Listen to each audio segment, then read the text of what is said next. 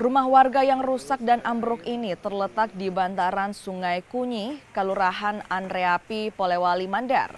Hujan deras yang menerjang daerah itu membuat sungai meluap hingga memicu abrasi.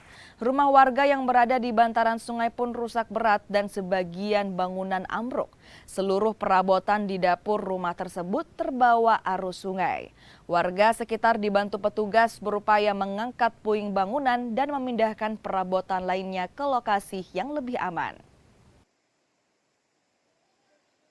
Ke dapur, kamar bawah, ruang tamu. Ini langsung ambruk begitu? Iya ambruk. Nah, tiba-tiba air keras dari sini. Itu bagian bawah yang tergerus, Pak ya? Ya, yang pertama di sini yang dikikis dari sini.